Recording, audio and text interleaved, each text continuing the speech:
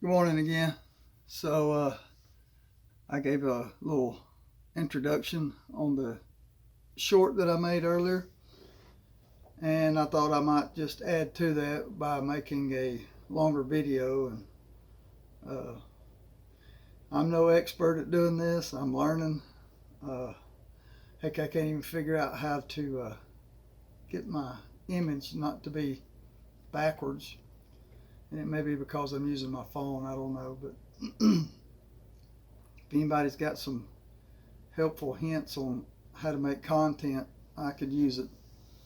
But I just wanted to kind of let y'all know where I've been in my career.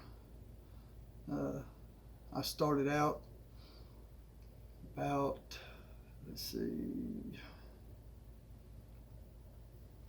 about 1991, apprenticeship program. Graduated high school in 1989, and done a little bit of line work. Found out real quick that wasn't for me. I went to work for a commercial outfit called J&L Electric. Done my apprenticeship with them. Got my journeyman in the 90s. I want to say 1996, 1997, whenever that new cycle code come out that year. And I went to work for a company called Titan Electric. Worked with them, which I now have a company called Titan Electric. And the Titan Electric that I originally worked for is still in existence too. So we kind of work together. But before I went to work for Titan at J&L, the two owners of that company, they split up and started doing their own thing. So I went with the L part, and the L part of J&L, that was Lamar. He started Titan Electric. We done ballparks and cell towers, parking decks, outdoor lighting. That's the kind of thing that I enjoy doing and I really like to do. But about 2000, I organized in with Local 136 and got a lot of experience on the industrial side of it, so to speak, working at powerhouses, excuse me, car plants, a lot of commercial work, Miller Steam Plant, places like that where they generate electricity. And I was in the Army National Guard, so after 9/11, when I joined, I was on a lot of deployments, so I didn't do as much electrical work for several years because of the military. And then in 2011, I went to work at a company called American Cast Iron Pipe Company, which I still work there today. And it's an industrial setting. A lot of PLC work, controls, motors, that sort of thing. But a couple of years ago, I decided it was time for me to take my master's. And so I buckled down, started studying. Alabama was on the 2017 code cycle when I started studying. A couple of weeks before I took my test, they changed it over to the 2020. But I had been studying both of them. I took a course from Paul Abernathy, is one of the instructors through Cengage. They sell what's called this is a plug for Paul, send me some money. They sell the Fast Tracks programs. I took the black, and it's a great program. Walks you through the code. I think there was 22 units.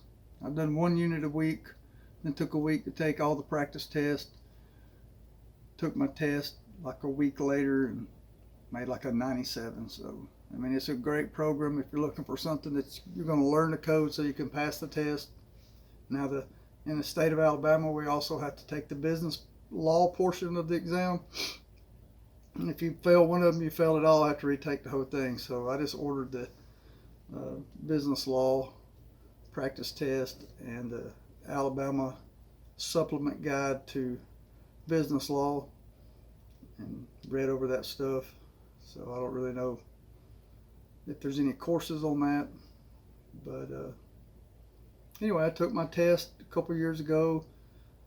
Last year, I decided I wanted to start my own company. And Lamar, that owns the other Titan Electric, he's called just Titan Electric Incorporated. So I started a Titan Electric LLC, Titan Electric Service LLC. And so eventually, when he gets ready to retire, I'm going to try to take up the slack, bid jobs. I'm still learning a lot on the estimating end. I bought some software called the Best Bid software. I really like it, but the only way to learn it is just to spend time in it. The Best Bid company, forget the name of them, that's got the Best Bid software, but they do sell a little course, and it helps. It's only $500, but if you're wanting to learn about estimating, I think it's one of these situations where you get out of it what you put into it.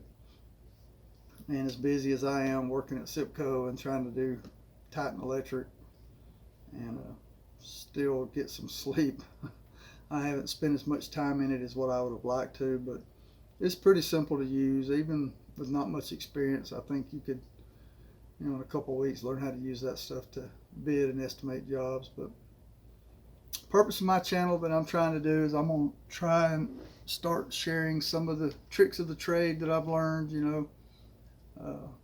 mainly ballparks. I do some residential stuff, but I really don't enjoy that type of work as much as I do the commercial end, especially ballparks. I done a job not long ago for ADEM, where it's just dug a big old ditch, 100 yards long, put conduit in the ground, pulled a string in one side, done the secondary on the other side of the transformer, and it's outside. The jobs don't last forever, and it's just something I like to do. Cold and muddy in the wintertime and hot and dusty in the summertime. So it's not for the feeble. But if there's anything I can do for y'all, if y'all have some questions, maybe we can, iron sharpens iron sort of thing. Y'all just drop me some comments on what y'all would like for me to bring to the table, and I'll do my best to do it. Like I say, I'm not an expert at making videos and content, but I'm going to try to learn. Got my code books, my ugly book. Even since I've been doing houses this last couple of years, I've got this National Electrical Code Pocket Guide to residential electrical installations, and it has helped a lot. Because it's, if you don't do this stuff every day, you're not that you can't do it, but you just got to be able to find what you're supposed to do.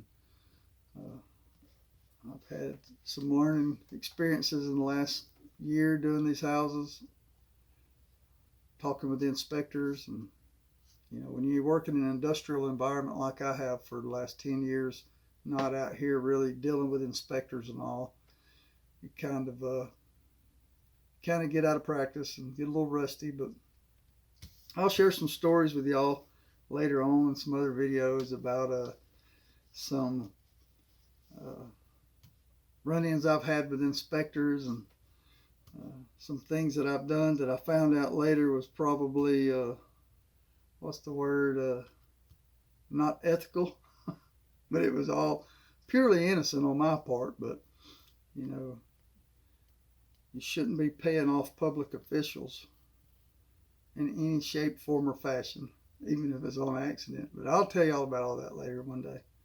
But so anyways, I'm going to wrap this up, and just wanted to let y'all know who I was a little bit more, and how y'all drop me a comment, share my video, like it, let me know what kind of stories y'all have got, and I'll do my best to share what I know.